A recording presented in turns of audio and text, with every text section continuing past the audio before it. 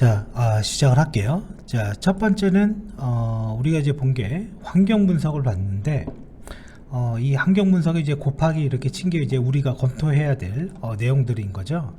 자, 환경 분석은 사실은 뭐 기업이 바뀌어도 사실은 그 업종이 바뀌지 않으면 거의 비슷합니다. 이제 업종이 바뀌면 이제 이게 바뀌겠죠.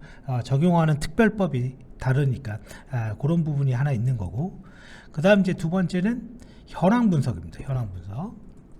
현황 분석은 뭡니까? 있는 걸 있는 그대로 얘기해라, 얘기하는 거죠. 그래서 일반적으로 ISP 컨설팅 같은 경우는 이제 업무 프로세스를 분석하는 작업이 여기 들어가 있는데, 자, 기본적인 일단은 이제 용어가 하나 있어요. 그 용어를 잠깐 정리를 하고 얘기를 드릴게요. 우리가 흔히 이런 말을 쓰잖아요. 프로세스. 이 프로세스의 말의 의미가 뭐냐, 이제 이게 굉장히 중요한데, 이게 왜 중요하냐면 이 컨설팅은 문제가 뭐냐면요, 뎁스가 문제예요. 뎁스가 어느 뎁스까지로 할 거냐가 문제이다 보니까 우리가 용어를 쓸 때 미리 좀 확인을 해야 됩니다. 자, 그러면 자, 간단하게 용어부터 잠깐 얘기를 할게요.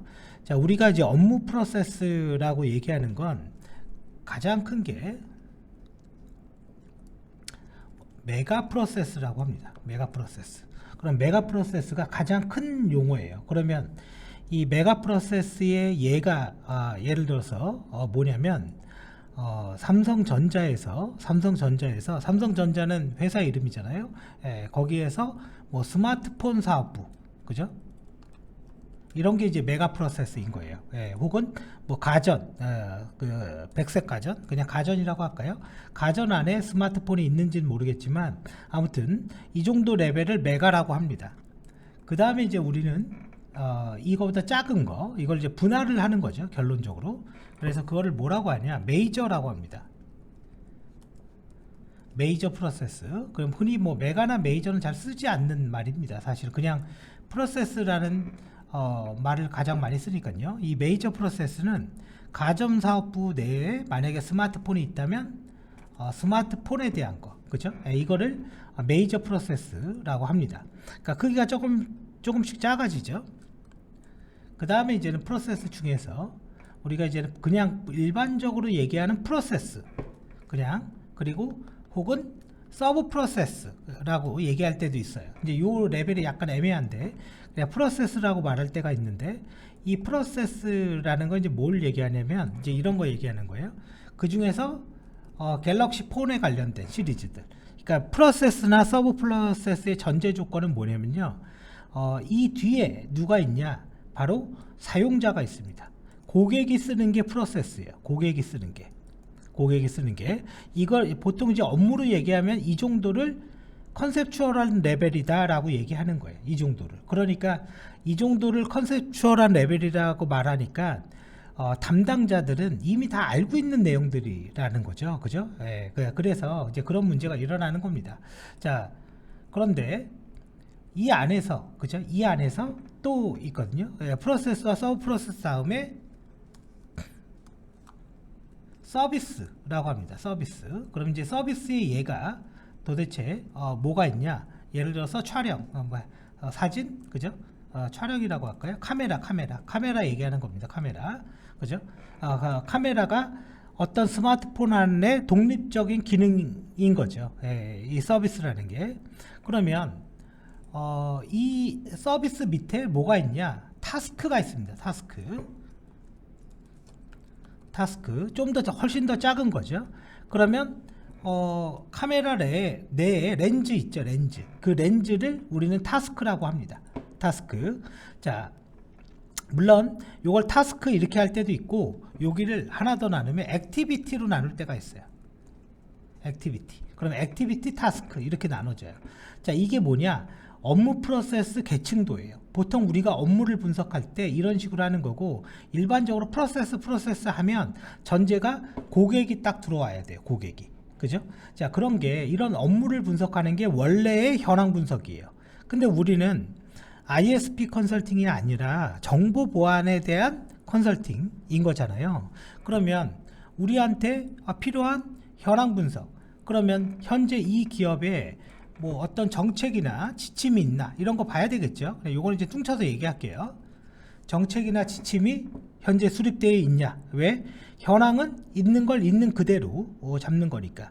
그리고 또 우리가 이제 뭐가 되냐면 원래 이제는 여기 이제 타스크인데 이 타스크 중에 레벨을 조금 문장을 좀 크게 씁니다. 그냥 정보 시스템 이렇게 쓰는데요. 이제 그러다 보면 이제 너무 크니까 우리가 뭐를 볼 수 있냐면 정보 서비스 혹은 네트워크라고 표현을 해줄게요. 네트워크가 어떻게 돼 있냐? 그냥 쉽게 말하면. 그래서 요거를 한번 이제 만들어 볼 겁니다. 자, 그리고 또 우리가 현황 분석에서 현재 운영 현황 필요하죠. 운영. 그죠? 운영은 어떻게 하고 있는지. 운영 내용. 자, 그래서 이 운영이라는 말이 참 애매한 말인데 이 운영이라는 게 뭐 시스템을 운영하는 것도 운영이지만 계약서도 운영인 거죠. 그래서 운영이나 위스탁에 대한 내용이 어떻게 되는지 이런 거 알아놔야 되겠죠. 자, 그리고 이제 보안이니까 데이터가 도대체 어떻게 돼 있냐 뭐 이런 거 봐야 될 거 아닙니까? 그래서 개인정보 현황 그죠? 이런 거. 자, 그리고 나서 정보보호 시스템도 있고 또 있죠. 그냥 조직은 이제 나중에 다시 얘기 드릴게요. 자, 그리고 나서 정보보호 시스템, 이제 보안 솔루션 같은 거. 자, 이런 것들을 다 파악을 해야 되는데 물론 이런 단위로 쓰지 않고 예를 들어서 법적 준거성 이렇게 잡고 정보 시스템 이렇게 두 개의 카테고리로 분류해서 쓸 수도 있습니다. 근데 결과적으로 무슨 카테고리로 분류하든 간에 내용은 비슷하게 되는 거죠.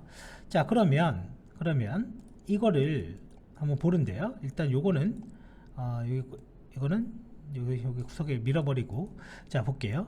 자, 정책 및 지침이라는 게 있단 말이에요. 그럼 정책은 사실은 크게 뭐 방향성인 거죠. 그죠? 네, 그래서 정책이나 규정서 같은 게 있을 수가 있겠죠. 그러면 지금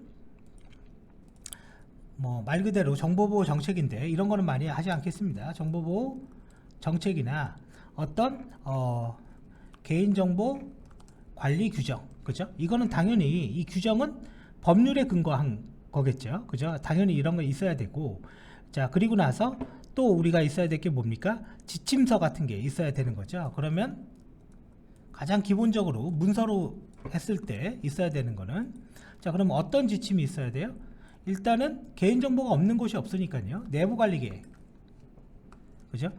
내부관리계획이 뭡니까? 개인정보가 있으면 우리 어떻게 관리할게요? 그래서 개인정보 책임자는 누구고, 그죠? 그 사람이 하는 일은 뭐고, 그죠? 개인정보에 대해서 안정성 확보 조치 어떻게 할 거고, 그죠? 이런 것들을 나와 있는 문서가 바로 내부관리계획인 거죠. 자, 그리고 뭐 이제 여기서부터 이제 엄청 많죠. 이제 뭐 DB 보안 지침, 뭐 혹은 인적 보안 지침, 그 다음에 응용 보안 지침 등등, 그죠? 이런 것들이 결과적으로 우리가 이렇게 할게요. 그러면 두 가지인 경우인 거죠. 현황을 분석하고 있는 거예요. 지금 그죠? 이걸 개선한 게 아닙니다. 그러면 어떤 기업은 이런 게 있는 기업이 있고 어떤 기업은 이런 게 없는 기업이 있겠죠. 그러면 이제 이렇게 되면 없는 기업들의 공통점은 현황 분석할 때 일이 당연히 줄죠. 이 일 자체가. 그러면 현황에서는 별로 작업이 없고 뒤쪽에 개선 모델, 이거 다음이 개선 모델, 다른 말로 투비입니다. 그 개선 모델 잡을 때 일이 많아지겠죠. 자, 그런데 결과적으로는 현황 분석을 하면서 우리가 이제 전반적인 내용을 전부 다 볼 수도 있습니다. 자, 그러면 이게 끝나면 뭘 어떻게 고쳐야 되는지 사실은 내부적으로는 어느 정도 나옵니다. 현황 분석이 끝나면. 자, 그러면 요거는 요렇게 일단은 간단히 두고 요거부터 한번 볼게요. 자, 이거는 두 개가 필요한데요. 첫 번째는 정보 서비스 흐름, 그 다음에 네트워크 구성도. 이 두 개의 기능을 갖고 있는 문서가 필요합니다. 물론 따로따로 만들건 뭐 같이 만들건, 네, 그죠? 자, 그래서 보통 기업에서는 이건 당연히 있죠. 근데 문제는 네트워크 구성도가 있기는 있는데 그거 자체가 어떤 내용을 얘기하는 게 아니라 배치도와 같은 역할을 하고 있으면 크게 의미가 없습니다. 자, 무슨 말이냐? 자, 지금부터 한번 이제 만들어 보죠. 자, 우리가 이건 템플릿이에요. 뭐 없으니까. 그렇다고 어떤 기업의 그 샘플을 열어서 우리가 공부할 수는 없으니까요. 자, 그러면 지금 우리가 만들 거는 뭘 만들 거냐? 일반적으로 기업의 그 네트워크 구성도를 만들 거예요. 그 대신 이거를 문제가 있게 만들 수는 없겠죠. 뭐 말은 현황 분석인데 현황과 더불어서 투비도 같이 있게 되는 거죠. 그러면 이제 이런 걸 만들 때 우리가 이제 참조해야 될 문서들이 있어요. 그게 뭐냐? 개인정보 안정성 확보 조치 해설서. 이런 뭐 문서가 있다 이거죠. 한번 받아볼게요. 왜 안 받아지죠?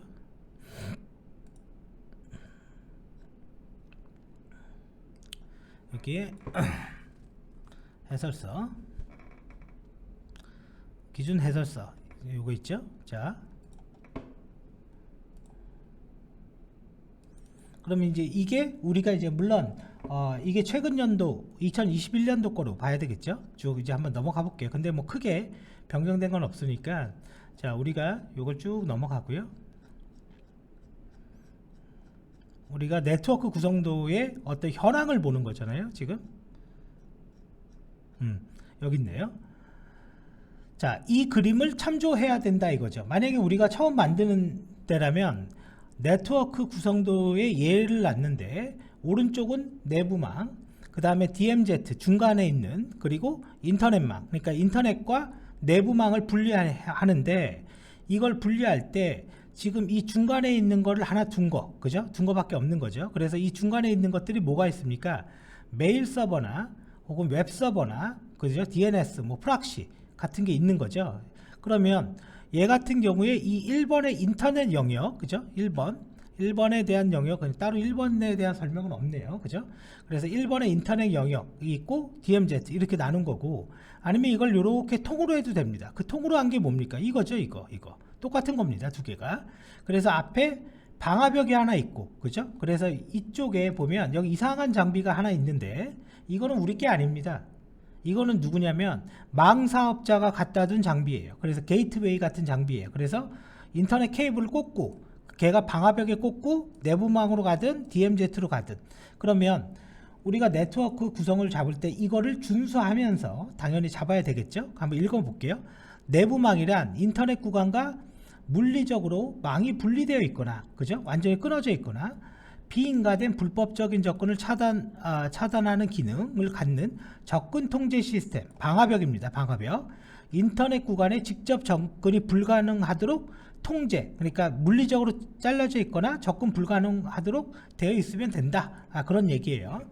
자, 그러면 우리가 전체 네트워크를 이제 구성을 하는데 두 가지 네트워크는 최소한 필요하다 이거죠. DMZ를 나누건 안 나누건 그건 일단은 둘째고, 일단은 네트워크는 최소 두 개가 필요하다. 자, 그런데 사실은 두 개만 있어서는 되지가 않아요. 이게 그러면 이제 뭐 미리 그릴 수도 있겠지만 개발 쪽에 있는, 그죠? 사람들이 있단 말이에요. 이제 이렇게 되면 현황 분석이 아니라 개선 모델이 돼 버려요, 사실. 자, 이렇게 네트워크를 나눴어요. 지금 어떻게 나누냐? 왼쪽에 있는 거는 인터넷망이라고. 그러면 여기에서 표현하는 인터넷망과 아까 해설서에서 표현하는 인터넷망의 의미가 다릅니다. 여기에서 표현하는 인터넷망은 뭡니까? 바로 DMZ를 얘기하는 거고, 그리고 여기에선 업무망, 그죠? 내부망이라고 표현을 했는데 그거를 서버망이라고 표현을 하고요. 그냥 한글만 다른 거죠. 자, 그리고 나서 뒤쪽에 있는 거는 개발 네트워크를 다시 분류할게요. 개발팀이 있는 거, 개발망, 이렇게 세 개로 분류를 했습니다. 그러면 이제 이걸 보면 이제 문제가 있는 게 있죠. 우리 회사는 이렇게 개발이라는 네트워크, 다른 말로 얘기하면 서브넷이라고 이야기합니다. 이 서브넷이 따로 있는 게 아니라 이 서버망 안에 요 안에 개발기도 여기 있는데, 그럼 이제 물어보는 거예요. 이거를 이렇게 둘로 나누는 게 좋은 거냐, 혹은 그냥 통으로 얘처럼 써서 개발 서버도 엿다 놔도 놓는 게 좋은 거냐? 당연히 이게 무조건 좋죠. 왜? 이 네모박스의 의미가 뭡니까? 이 네모박스, 이게 물리적으로 있는 선이 아니죠. 이거는 논리적으로 있는 선이고, 이 네모박스 앞에는 뭐를 두겠다라는 겁니까? 방화벽을 주겠다라는 거예요. 방화벽의 의미는 뭐예요? 접근 통제를 하겠다라는 거죠. 그러니까 이렇게 분리해서 개발과 서버망, 인터넷망을 분리하면 접근 통제 단위가 축소화되죠. 물론 보안만 생각하면 요 안에서 또 분류하고 요 안에서 또 분류하고 또 분류하고 또 하면 되죠. 근데 그렇게 하면 일을 못하죠. 왜? 통제 대상이 너무 많아지면 관리하는 데 힘이 너무 들어가잖아요. 그래서 우리가 가이드에 나와 있는 거는 인터넷과 서버망 이런 식의 분류지만 실제 우리는 개발망을 이렇게 분리하는 게 좋다. 만약에 이런 게 없다면 이게 2B에서는 이걸 하세요라고 얘기를 해야 되겠죠. 그러면 이렇게 3개만 하면 되는 거냐? 그쵸? 그렇지 않죠. 자, 첫 번째는 우리 직원들이 있는 네트워크가 있잖아요. 그러면 그 직원들 중에서 당연히 개발팀이 있는 네트워크가 있어요. 그래서 여기는 개발팀. 그럼 이 개발팀의 의미는 뭡니까? 외주 직원 다 포함해서 얘기하는 겁니다. 두 번째, 우리는 개발팀이 아니고요. 그냥 시스템을 운영하거나 혹은 업무를 하는 사람들이에요. 그래서 이걸 업무망이라고 하든 뭐 아니면 교직원망이라고 할게요. 교직원. 여기 교직원 네트워크 이렇게 나눠둘게요. 자, 그리고 자 이렇게 되면 여기에서 또 뭐가 있냐면 대학이나 병원은 대학 같은 경우는 병원 같은 경우는 환자가 있고 대학은 학생이 있습니다. 그러다 보니까 이 학생들은 뭐 인터넷을 자유롭게 쓴다거나 뭐 이렇게 한단 말이죠. 그래서 이 네트워크를 하나 놨는데 이거는 이제 학생망이다. 그죠? 학생망. 자, 그래서 총 6개로 네트워크를 분리를 했어요. 그러면 이 네트워크를 분리하는 방법이 뭡니까? 결론은 IP죠. 그죠? 핵심은 IP입니다. 자, 10.10.1.0으로 시작하는 거. 중간 번호가 1인 거는 인터넷망이고 서버망은 10.10.2.0이라고 가정을 해볼게요. 그리고 얘는 이제 공간이 없으니까 그냥 3번이라고 하고요. 중간 번호 얘기하는 거죠. 자, 그리고 얘는 10.10.4.0이라고 가정해보고 우리 교직원들이 있는 데는 10.0.5.0 그죠? 라고 가정을 해보죠. 자, 그래서 총 6개로 나눴고요. 자, 그러면 누군가가 우리 시스템에 이렇게 들어오잖아요. 그래서 들어오는 것부터 보겠습니다. 우리 시스템에 들어오는데 이 사람이 누구냐? 학생입니다. 학생. 그죠? 학생이 우리 시스템에 들어와요. 그래서 뭐 수강 신청을 하건 뭐 뭐를 하건 홈페이지에 들어옵니다. 자, 그런데 이 학생이 들어오려면 우리가 어떤 이건 여기에 뭐가 있습니까? 바로 방화벽이 있죠. 그래서 방화벽을 앞에다가 갖다가 이렇게 두죠. 자, 그러면 이 방화벽을 통해서 접근 통제를 하겠다라는 거죠. 그럼 학생은 이렇게 해서 우리 내부 시스템에 들어와요. 근데 이 학생이 어떤 학생이든 간에 우리가 들어오는 내부 시스템이라는 거는 결과적으로 뭐로 만들어져 있습니까? 웹으로 만들어져 있어요. 그래서 당연히 웹서버를 여기에다가 이렇게 놔야 돼요. 그래야지만 우리가 이제는 이 홈페이지를 서비스할 수가 있는 거죠. 자, 그런데 웹서버가 뭐 사실은 한 대는 아니죠. 수십 대일 수도 있고 뭐 한두 대일 수도 있습니다. 자, 그러니까 요 앞에 뭐가 필요합니까? 케이블을 꽂을 수 있는 장비. 왜? 이 방화벽의 구멍이 한 2-3개밖에 없어요. 케이블 꽂는 데가. 근데 웹서버가 수십 대면 여기에다가 케이블을 이렇게 꽂을 수가 없잖아요. 구멍이 없으니까요. 그래서 뭐가 하나 필요합니까? 스위치가 하나 필요합니다. 자, 그래서 전체 이 스위치, 그냥 스위치 그래도 되고 사실은 어떤 추가적인 기능을 더 가지고 있으면, 그죠? 가지고 있을 수도 있어요. 그러면 L4라고 얘기해도 되죠. 레이어 4의 약자죠. 레이어 4라는 게 무슨 말이에요? 지금 그 웹서버가 이렇게 있으면 여러 대 있으면 뺑뺑이 돌리면서 즉 로드 밸런싱 하면서 서버를 호출하게 만드는 장비인 거죠. 자, 그래서 어차피 스위치는 많이 나올 거니까 여기에다가 표현을 L4라고 해볼게요. 레이어 4라고 이렇게 L4 장비가 하나 딱 있는 거죠. 자, 그럼 이제 방화벽이 있고 L4가 있습니다. 자, 그런데 우리가 보면 여기는 이제 파이어월이고, 자, 이렇게. 자, 근데 우리가 이렇게 보면 이게 이런다고 끝나는 게 아니에요. 왜 그러냐? 이것 때문에 그렇죠. 웹이라는 거는 기본적으로 움직임이 없어요. 기본적으로 있는 걸 이렇게 뿌려주는 겁니다. 그죠? 움직임 자체가 없죠. 그러니까 웹은 기본적으로 정적입니다. 이렇게 뭐 이렇게 바뀌는 거는 이거는 그 뭐랄까 스크립트의 역할입니다. 이렇게 화면이 바뀌고 뭐 가끔가다 이미지 같은 게 움직이잖아요. 그런 그 이미지의 기능이에요. 그러니까 웹은 기본적으로 움직임이 없어요. 그러니까 정적인 문서입니다. 웹이라는 게. 그런데 내가 여기에서 마스크 이렇게 조회를 하면, 그죠? 이렇게 조회를 하면 이게 나오잖아요. 그러면 이건 뭡니까? 이건 동적으로 만든 거죠. 여기 나오는 내용들은 매번 똑같은 게 아니잖아요. 그러면 저런 동적인 시스템들을 만들어 주려면 뭐가 필요해요? 와스가 필요합니다. 와스가. 그죠? 그래서 여기는 와스가 있고, 그게 뭐 예를 들어서 톰캣이다. 그죠?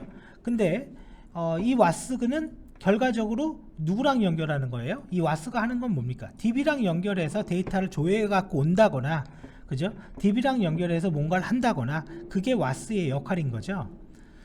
그러면 이제 DB라는 게 있다면 이 DB 안에는 당연히 개인정보도 있고 아까처럼 상품 정보도 들어가 있을 거예요. 그래서 DB는 서버망 안쪽에 놔야 되겠죠. 네, 그래서 아까 해설서도 보면, 해설서 닫았나요? 그죠? 해설서도 보면 DB가 안쪽에 있습니다. 그러면 이제 얘가 이 그림대로 쫓아가 볼게요.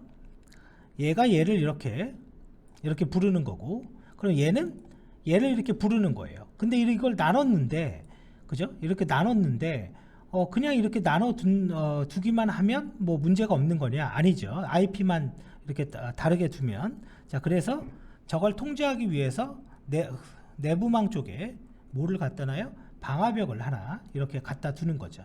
그러면 이 방화벽을 통해서 무조건 이 DB 쪽에 들어가야 됩니다. 그래서 웬만한 기업들은 이 정도는 다 되어 있습니다. 이 정도는. 근데 이제 요런 네트워크, 개발 쪽의 네트워크가 분리가 안 돼 있는 경우가 좀 있어요. 그래서 이렇게 되어 있어요. 근데 문제는 이 그림을 물리적으로 보면 케이블이 이렇게 꽂히는 게 아니거든요. 이런 건 없습니다. 이것도 없어요. 이런 케이블 없어요. 이건 있죠. 이거는 이제 물리적으로 이렇게 가능하죠. 그래서 어떤 서버를 하나 이렇게 둔 다음에 전부 다 케이블을 이렇게 받아주는 놈이 필요합니다. 그게 뭐예요? 백본이죠. 백본. 네, 구멍 많은 거. 그래서 백본 장비를 하나 갖다 꽂겠습니다. 여기에는 백본의 그림이 없네요. 그죠? 자, 그래서 이 백본을 하나 요다가 딱 줄게요. 물론 백본은 이중화되어 있습니다. 사실 이중화되어 있고요. 백본은 그냥 지금은 케이블 구멍이 많은 장비라고 그냥 그렇게 기억하면 됩니다. 자, 그래서 여기에다가 딱 이렇게 케이블을 꽂아 놓고 백본에서 다시 케이블을 갖다가 이쪽 방화벽에 꽂아 놔야지만 전기가 이렇게 흘러가겠죠. 당연히. 그죠? 자, 그래서 이렇게 꽂았어요. 그러면 웬만한 기업이 여기를 갈 때 이제 두 가지 경우가 있어요. 하나는 이 와스가 직접 이렇게 가는 경우가 있고, 두 번째는 이제 여기서부터 규모가 다른데요. 애플리케이션 서버가 있는 경우가 있습니다. 그러면 이게 무슨 말이냐? app 서버. 자, 이게 이제 무슨 말이냐면 이것도 두 가지 경우가 있어요. 와스 뒤에 이렇게 app 서버가 바로 여기 있거나 아니면 또 여기도 있는 거예요. 이렇게 두 가지로. 그러면 얘는 뭘 하는 거냐? 미들웨어 같은 역할을 해주는 거예요. 그러면 이게 무슨 말이냐? 이거죠. 원래 와스라고 얘기하는 거는요, 요 DB랑 연결하는 겁니다. 그래서 뭐로 개발했던 간에 여기에 아이디와 패스워드가 저장되어 있어요. 이게 뭐 암호화되어 있든 간에 뭐든 간에 여기 있습니다. 그래서 이놈이 직접 이렇게 DB에 연결을 하는 거예요. 근데 규모가 큰 회사 같은 경우는 뒤쪽에 이 DB 앞에 애플리케이션 서버라는 놈이 하나 있습니다. 그러면 이 애플리케이션 서버가 DB에 연결하고 이 앞쪽에 있는 모든 서버들은 직접 DB에 연결하지 않고 그냥 어떤 서비스를 부르기만 합니다. 그럼 얘가 알아서 그 응답을 해주는 거예요. 그래서 이 애플리케이션 서버가 뭐 TMAX 거도 있고 혹은 오라클의 턱시도 이런 솔루션도 있고요. 뭐 TP 모니터 뭐 이런 것도 있어요. 그러면 이것도 이렇게 한 대 둘 수도 있고, 여기에 애플리케이션 서버 클라이언트와 애플리케이션 서버를 두고 얘네끼리 이렇게 왔다 가게 할 수도 있습니다. 자, 그래서 이렇게 되면 규모가 정말 큰 회사죠. 이렇게 두 대가 이렇게 들어가면 그 회사는 시스템의 규모 자체가 굉장히 큰 회사죠. 자, 그래서 아무튼 뭐로 됐든 결과적으로 애플리케이션 서버가 그죠? 서버에서 방화벽에서 이렇게 부르겠죠. 물론 중간에 스위치 있습니다. 자, 그 결과적으로 얘가 이렇게 DB로 이렇게 직접 들어가게 되는 거죠. 근데 DB에 들어갈 때 어떤 기업도 다 있는 보안 솔루션이 하나 있죠. 그게 바로 접근 제어예요. DB 접근 제어. 이거는 뭐 거의 없는 데가 없습니다. DB 접근 제어가 여기에 들어가 있는 거죠. 그러면 얘는 DB 접근 제어를 통해서 최종적으로 내가 원하는 DB에 들어가서 뭐 개인정보를 가져오든 혹은 아까 그 인터파크에서 마스크 리스트를 가져오든 그런 작업을 하는 거죠. 이게 딱 뭡니까? 이게 우리가 하는 웹이죠. 웹이라고 하면 딱 이렇게 해야 되는 거예요. 그 중에서 지금 이 그림은 뭐냐? 학생 입장에서 학생의 말을 다르게 얘기해 볼게요. 이용자 입장에서 정보 시스템을 어떻게 이용하는지 정보 서비스 흐름도라고 합니다. 얘를. 그러니까 정보 서비스 흐름도라는 거는 하나만 있는 게 아닌 거죠. 그죠? 이거 자체가 흐름도입니다. 이거 자체가. 자, 그런데 정보 서비스 흐름도라는 거는 만약에 현황 분석을 하는데 없어. 그죠? 그럼 없으면 할 거 없습니다. 없으면 그냥 없다 그러고 끝나는 거예요. 그러면 우리가 바로 이렇게 투비를 만들어주면 되는 거예요. 그런데 문제는 이 인터넷을 쓰는 사람이 학생밖에 없냐? 그건 아니잖아요. 그죠? 학생밖에 없냐? 그건 아닙니다. 그러면 이 웹페이지를 또 누가 쓰냐? 우리 교직원이 씁니다. 그냥 개인정보 취급자라고 할게요. 취급자가 이 똑같은 경로로 이렇게 들어와서 인터넷을 사용을 해요. 자, 그런데 여기에 웹이 있는데요. 여기 웹이 있는데 이거를 쓰는 사람이 꼭 이렇게 인터넷망을 통해서 이렇게 들어가는 사람들밖에 없냐? 우리 직원들도 내부망에서 여기 들어갈 수 있어야 되겠죠. 당연히. 그죠? 그래야지 홈페이지를 보죠. 학생들이 보는. 자, 그래서 여기에다가 교직원을 한 명 갖다 둘게요. 교직원을 하나 갖다 두고, 그리고 교직원이 뭐 한두 명이 아니지 않습니까? 여기서부터는. 그죠? 여기는 뭐 수백 명일 수도 있고 수십 명일 수도 있는 거죠. 그러면 여러 개의 PC들이, 이건 다 PC죠. 이렇게 있습니다. 그럼 당연히 이거를 연결하기 위해서는 당연히 뭐가 필요해요? 스위치가 필요한 거죠. 스위치가. 그죠? 스위치가 필요하고 그 스위치에 따라서 스위치에 모든 단말을 갖다가 이렇게 케이블을 꽂는 거죠. 그래서 일명 이게 뭐예요? 층간 스위치라는 말을 표현을 많이 쓰죠. 그죠? 일반적으로 층단위로 하나씩 있다. 그 얘기인 거죠. 이렇게 스위치를 꽂아놨어요. 자, 그러면 이거는 이제 케이블이 이렇게 들어갔고, 그 다음에 이제는 우리가 들어가는 게 뭡니까? 이걸 백본으로 연결을 해야지만 전기가 흘러가죠. 당연히. 그래서 스위치는 당연히 백본에다가 케이블을 이렇게 꽂아놔야 돼요.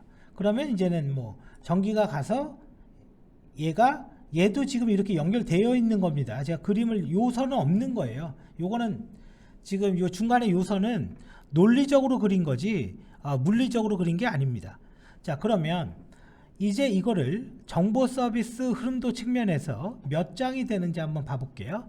첫 번째 1번, 인터넷망을 통해서 학생들이 어떤 홈페이지를 쓰고 있다. 그러면 그 경로는 이렇게 되는 거죠.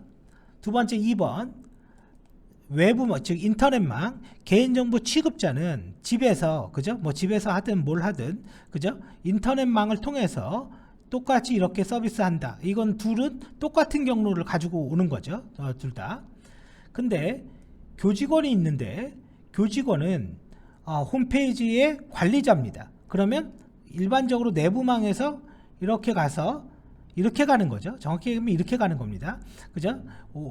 이 웹서버에 가서 홈페이지를 관리한다. 그럼 얘는 관리자다. 이런 얘기가 되는 거죠. 그러면 몇 장입니까? 이것만 3장이죠. 이게 정보 주체별로, 그러니까 사용자별로 정보 시스템을 이용하는 순서를 그려라. 그게 정보 서비스 흐름도라고 부른다라는 거예요. 근데 그럼 이거밖에 없냐? 아니죠. 이거밖에 없지 않습니다. 또 뭐가 있습니까? 우리가 집에서, 그죠? 집에서 내부망에 들어와서 어떤 뭔가를 하는 사람들이 있겠죠. 그래서 그거를 그냥 관리자라고 할게요. 어떤 웹사이트가 됐건 뭐가 됐건 관리자 페이지에 연결하는 사람. 자, 그러면 이렇게 방화벽으로 이렇게 들어옵니다. 자, 그런데 관리자 페이지로 들어올 때는 우리가 뭐가 필요하냐면 투팩터 인증이라는 거를 해줘야 돼요. 왜? 네, 무조건 해야 됩니다. 예, 가이드에 그렇게 나와 있거든요. 예. 물론 그게 이제 보안해서 좋고 뭐 그런 건 당연히 좋은데 투팩터 해설서에는 없네요. 그죠? 해설서에는 없는데요. 그죠? 즉 관리자 페이지에 대한 겁니다. 자, 투팩터 인증은 나와 있지는 않지만 이제 다른 쪽에 나와 있을 거예요. 그러면 관리자 페이지에 투팩터 인증을 자, 인터넷 홈페이지 설계 개발 오류 업무상의 부주의 등으로 구글링을 통해서 관리자 페이지와 취급적인 개인정보가 노출되지 않도록 해야 된다. 뭐 당연한 말이죠. 이거는 그죠? 당연한 말인 거고 그리고 자, 요게 있을 것 같은데 그죠? 보이지가 않네요. 자, 아무튼 넘어가 보죠. 자, 그러면 투팩터 인증을 해야 되고 여기는 안전하게 데이터를 보내야 됩니다. 그래서 우리가 필요한 게 뭐냐? 바로 VPN인 거죠. VPN. 그래서 이 VPN 그러면 우리 VPN 어디에서 봤죠? 아까 침해 사고 내용 중에 VPN을 이용해서 내부망에 들어갔다. 그리고 그 얘기는 이거와 아까 카이인가 거기는 여기에 VPN이 있고 여기에 VPN이 있어서 이 사람이 이렇게 가서 요걸 통해서 요렇게 들어갔다는 얘기예요. 요렇게 그죠? 근데 일반 기업에서는 내부망에서 이렇게 VPN을 쓰는 경우가 없습니다. 이렇게 물론 망분리를 하는데 융합형 망분리를 하면 내부망에서 VPN을 써요. 근데 아까 그 해킹 사례의 카이는 기반 시설이기 때문에 융합형 망분리 대상이 아니에요. 걔는 피지컬 무조건 물리적 망분리입니다. 자, 그러면 이 사람은 방화벽을 통해서 이렇게 들어온다. 그죠? 그리고 여기는 전부 다 VPN으로 아이고 왜 카피가 안 되죠? 얘는 터널링, 정확히 말하면 터널링이 아닙니다. 정확히 말하면 여기는 암호화예요. 대부분 우리가 VPN을 쓸 때 핵심은 터널링인데 실제 터널링의 기능을 생각보다 많이 안 씁니다. 사실. 자, 아무튼 이렇게 연결이 됐어요. 그런 건 나중에 얘기하고요. 자, 그리고 VPN이 이 백본에 연결이 돼 있어야지 이 백본을 통해서 여기를 들어갈 수가 있겠죠. 어떤 작업을 하기 위해서. 또 이 웹페이지에 들어가려면 얘를 통해서 백본을 통해서 이렇게 들어가는 거죠. 자, 그래서 이렇게 연결을 했고요. 자, 그런데 이제는 밑에 있는 겁니다. 이거는 이제 학생들이 있는 거예요. 학생들이 뭐 학생망이라고 표현을 했는데요. 크게는 뭐 두 가지가 있겠죠. 유선이 있고 무선이 있을 거 아닙니까? 일단 유선부터 생각을 해보죠. 유선을 여기다가 딱 꽂았어요. 그럼 스위치. 그러면 학생들한테 있어야 될 게 뭡니까? 당연히 PC가 있어야 되죠. 이거는 대부분 공용 PC입니다. 그렇죠? 수업을 하기 위해서 기본적으로 딱 깔려 있는 거예요. 그럼 얘도 당연히 이 스위치에 이렇게 꽂아놔요. 자, 그런데 문제가 생기는 거예요. 이게 공용 PC인데 이거를 여기에다가 이렇게 바로 꽂아야 되냐? 백본에다가. 만약에 백본에다가 바로 꽂게 되면 중간에 방화벽이 있습니까? 없어요. 그죠? 지금 방화벽 없습니다. 그러면 이 스위치를 여기다 꽂아야 되냐? 그러면 이제 이렇게 들어가는 형태가 되는 거죠. 그러니까 이 케이블을 어디다 꽂는지가 굉장히 중요합니다.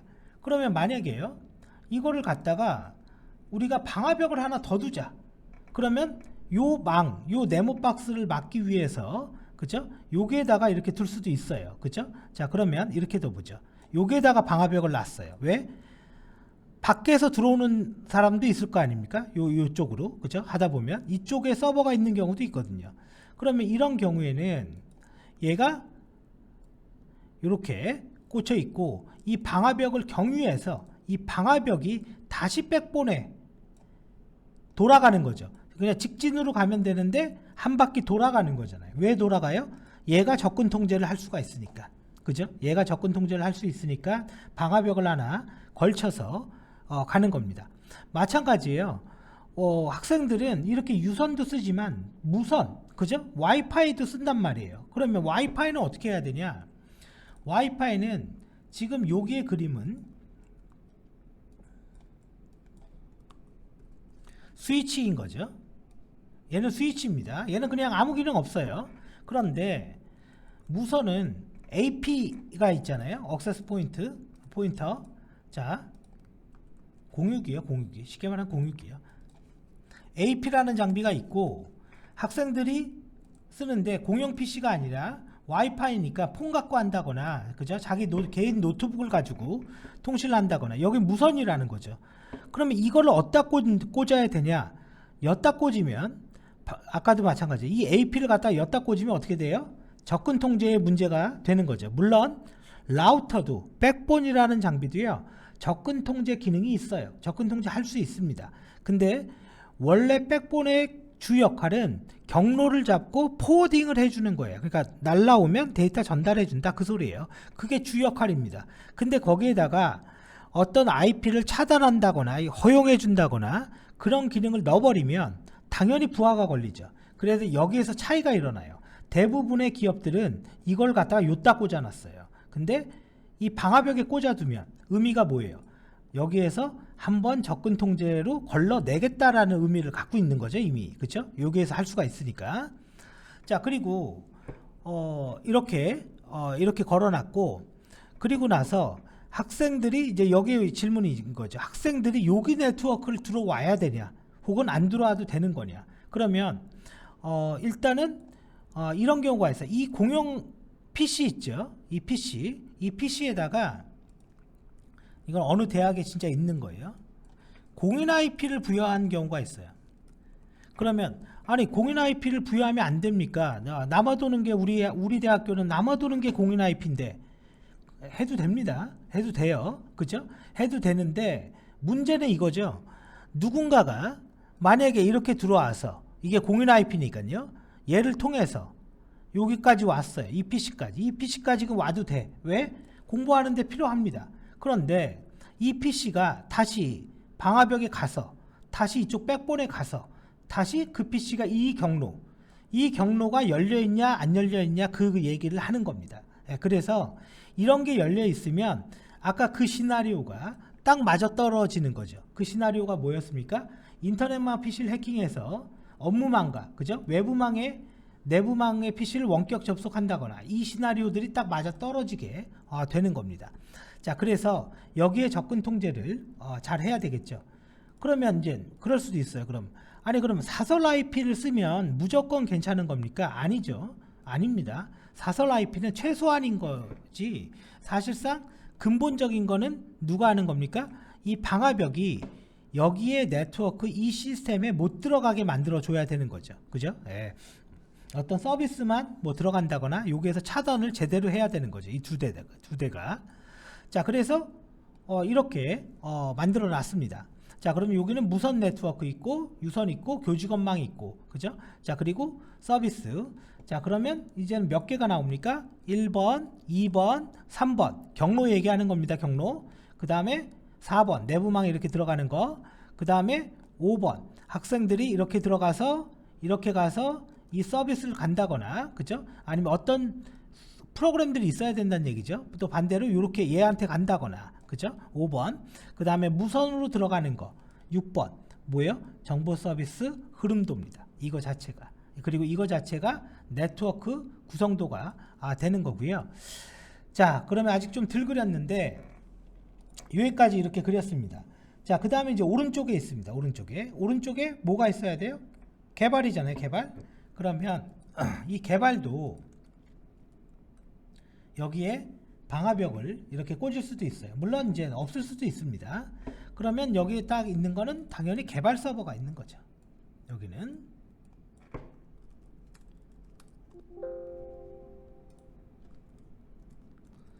개발 서버. 자, 그리고 개발기에 뭐가 있습니까? DB가 있겠죠. DB가. 그래서 현황 분석이라는 건요, 그냥 현황을 파악하면 그냥 문제점이 자동으로 나오는 겁니다. 예. 그래서 현황 분석이 끝나면 그냥 어느 정도 문제점은 다 나오는 거죠. 예. 안 나올 수가 없어요, 그게. 자, 그러면 얘도 그냥 스위치는 빼고요, 이 개발기 얘다 꽂고, 또 하나 개발기를 통해서 여기, 그죠? 여기. 근데 물리적으로 꽂혀 있는 건 아니에요. 물리적으로는 여기 스위치 하나에서 DB 서버까지 이렇게 되겠죠. 그럼 이쪽 하단에는 누가 있는 겁니까? 개발자가 있는 거죠. 당연히 개발자가.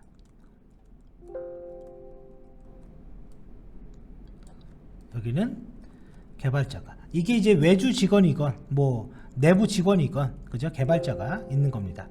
그럼 이제 여기서 이제 이럴 수 있겠죠. 우리 교직원은 개발도 하면서 그죠? 개발도 하면서 이쪽 내부 업무 때문에 업무 처리도 합니다. 그러니까 이쪽 망의 기능과 이쪽 망의 기능은 같이 써야 됩니다. 그러면 어떻게 돼요? 이렇게 되는 거죠. 이렇게. 근데 PC별로 결론적으로 IP가 부여되니까 그 IP별로 차단은 들어가야 돼요. 자, 그러면 얘도 똑같아요. 이렇게 꽂고, 그리고 여기 방화벽이 여기 있잖아요. 물론 요 앞에 둘 수도 있죠. 둘 수도 있는데, 그럼 이제 방화벽이 엄청나게, 지금도 엄청나게 많아요. 자, 이렇게 꽂아주면 기본적으로 경로는 다 된 거죠. 자, 여기서 주의사항은 뭐냐면 이쪽 네트워크에서 이쪽으로 간다거나, 그죠? 이쪽으로 간다거나, 이쪽 네트워크에서 이쪽으로 가거나, 이렇게 갈 때, 어차피 중요한 정보는 여기 다 있으니까, 그죠? 이렇게 갈 때, 허용된 놈만 정확하게 들어오는지, 그죠? 이거, 들어오는 것 자체가 안 됩니다. 야, 그런 건 없어요. 그럴 수는 없다라는 거죠. 안 그러면 업무를 못 하는데요. 그래서 요거를 파악해 봐야 되는 거죠. 이렇게 가는 게.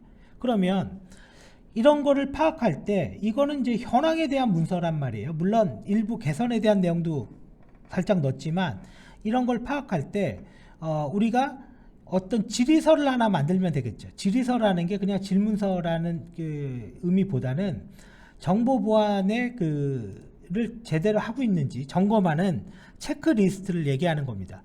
그래서 과거에는 그러한 체크리스트가 없었는데 지금은 있잖아요. 그게 ki사.or.kr의 사이트에 가면 어디에든지 쓸 수 있고 검증이 되어 있는 체크리스트가 있습니다. 그게 뭐예요? 바로 이거죠. ISMSP 인증 기준 해설서. 인증을 받든 안 받든 이게 가장 기본적으로 보안에서 할 때 우리가 해야 될 일을 여기에 써둔 거죠. 그래서 요걸 갖고 점검 체크리스트를 만들면 됩니다. 자, 일단 여기까지 하고요. 잠깐 끊었다가 하겠습니다.